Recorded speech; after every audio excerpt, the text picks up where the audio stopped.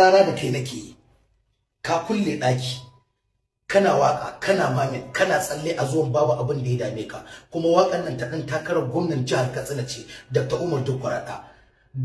nan bayan kai ni na san ba kayin sa su yan Dukkwarada sun san ba kayin sa amma kayi shi ne dalilin ya ci albarkacin injiniya Muntari Sagir Malumfashi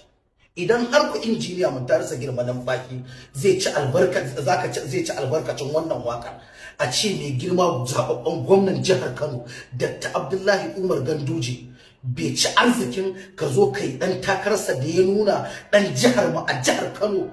Dr. Nasiru Yusuf Gawuna ba sai ka je ka dige da can to ka kaddara ma mai girma gwamna in baka yi dan albarkacinsa ba ka yi dan albarkacin wanda yake taimakon ka a gwamnatin jihar Kano mai girma Alhaji Dr. Murtala Sula Galadima Garo Murtala Sula Garo babu abin da bai ma ba har ranar da yazo zai lallaba ka akan ka yarda ka zo kai harkar nan naira miliyan 20 ce a cikin buhu wannan ni ne sheda gabana ka dauki ta ka kuma je ka karɓi kuɗin mai girma gwamna a matsayin za ka yi waƙar ɗan takarar gwamna Nasiru Yusuf Gawuna a lokacin dukkan abin ya zafi ka haɗe kuɗin ka tafi da su ka ce ba za ka yi shi ba mu yan jihar Kano raina muka yi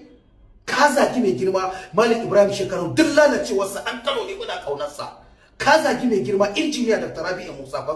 Kwankwason nan ɗan Kano ne muna ƙaunarsa yanzu ka zo ka zagi mai girma zababben gwamnan jihar Kano Dr. Abdullahi Umar Ganduje OFR Kadimul Islam kuma kalifan mu na addinin mu na musulunci na wannan yanki namu da muke ciki